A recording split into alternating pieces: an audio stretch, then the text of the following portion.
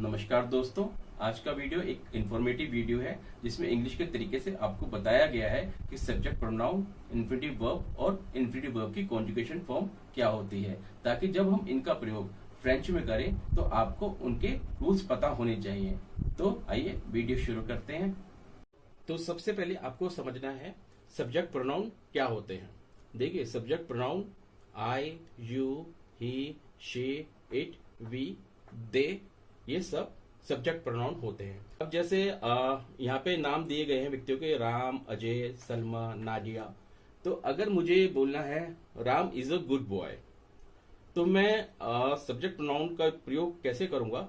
मैं राम ना बोलकर उसे बोलूंगा he is a good boy. अब एक दूसरा एग्जांपल ले लेते हैं, सलमा इज अ सिंगर। तो मैं सलमा ना बोलकर उसके बदले प्रयोग करूंगा शी इज अ सिंगर। तो ऐसे ही मैं बोलूंगा Ram and Ajay play football. तो मैं राम और अजय ना बोलकर उन्हें बोलूंगा दे प्ले फुटबॉल। तो ये सारे I, you, he, she, it, we, they, ये सब्जेक्ट प्रोनाउन कहलाते हैं। तो अब आइए अब सीखते हैं इन्फिनिटिव वर्ब। ये इन्फिनिटिव वर्ब क्या होते हैं? देखिए, इंग्लिश में जितने भी वर्ब होते हैं ना, उन्हें इन्फिनिटिव वर्ब कहते हैं क्योंकि वो टू से शुरू होते हैं। इन्फिनिटिव वर्ब को हम एक कंप्लीट वर्ब भी मान सकते हैं कि एक संपूर्ण वर्ब। यहाँ पे तो मैंने तीन इन्फिनिटिव वर्ब के बारे में बताया है, जैसे कि to be, to want, to go. तो ऐसे ही आप कितने भी वर्ब ले सकते हैं, जैसे to buy, to dance, to play, to sing, to sell, to bring. मतलब इंग्लिश में जितने भी वर्ब है ना, उनके आगे आप उनके आगे आप टू को देखेंगे तो वो सारे इन्फिनिटिव वर्ब कहलाएंगे।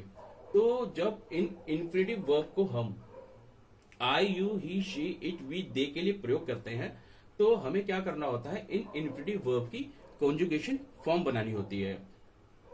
तो कॉन्जुगेशन फॉर्म की बनाने के लिए हम क्या करते हैं, ये जितने भी वर्ब से पहले टू लगा होता है ना, ये TO2, इसको हम हटा देते हैं।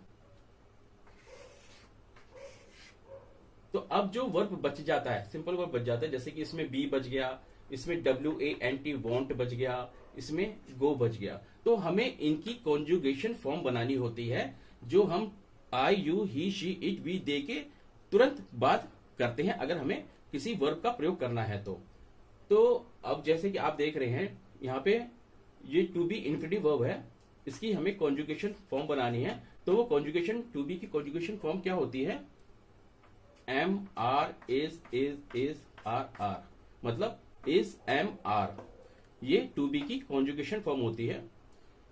तो इसका प्रयोग हम I, you, he, she, it, we, they के साथ करते हैं, जैसे कि I am, you are, he is, she is, it is, we are, they are.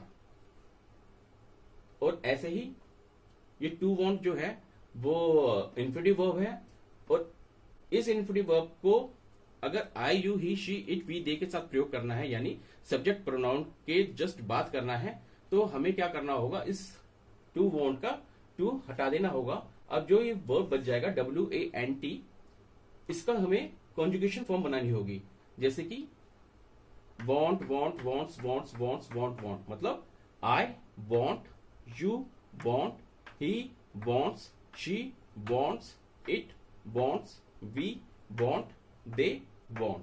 तो ये जो फॉर्म आई है want और wants की, ये कॉन्जुगेशन फॉर्म कहलाती है इस टू want की, जो कि एक इन्फिनिटिव वर्ब है। तो ऐसे ही एक तीसरा वर्ब देख लेते हैं, infinitive verb to go. To go, अब इसकी कॉन्जुगेशन फॉर्म कैसे बनती है? इसकी कॉन्जुगेशन फॉर्म बनती है गो, गो, गोज, गोज, गोज, गो, गो। मतलब आई के साथ गो जाता है, आई गो, यू के साथ गो, ही के साथ गोज, शी के साथ गोज, इट के साथ गोज, बी के साथ गो, दे के साथ गो। तो ये गो और गोज कॉन्जुगेशन फॉर्म होती है टू गो की। तो ऐसे ही आप कितने भी इन्फिनिटिव वर्ब बना लें, जैसे कि टू प्ले, प्ले जो है वो टू से शुरू है यानी एक इन्फिनिटिव वर्ब है। तो इसकी कॉन्जुगेशन फॉर्म कैसे बनेगी? आई के साथ I play, you play, he plays, she plays, it plays, we play, they play. तो ऐसे आप कितने ही इन्फिनिटिव वर्ब ले लीजिए और उनकी कॉन्जुगेशन फॉर्म बनाने की कोशिश कीजिए। तो यही सब फ्रेंच में भी होगा। जब हम फ्रेंच के वर्ब्स बनाना शुरू करेंगे तो इन्फिनिटिव वर्ब होंगे, तो इन्फिनिटिव वर्ब की हमें कॉन्जुगेशन फॉर्म बनानी होगी ताकि उन कॉन्जुगेशन फॉर्म का हम सब्जेक्ट प्रोनाउन यानी I, you, he, she, it, we, they के साथ प्रयोग कर सके। तो आज के लिए वीडियो बस इतना ही। अब मिलते हैं हम फ्रेंच वर्ब के साथ। तब तक के लिए धन्यवाद।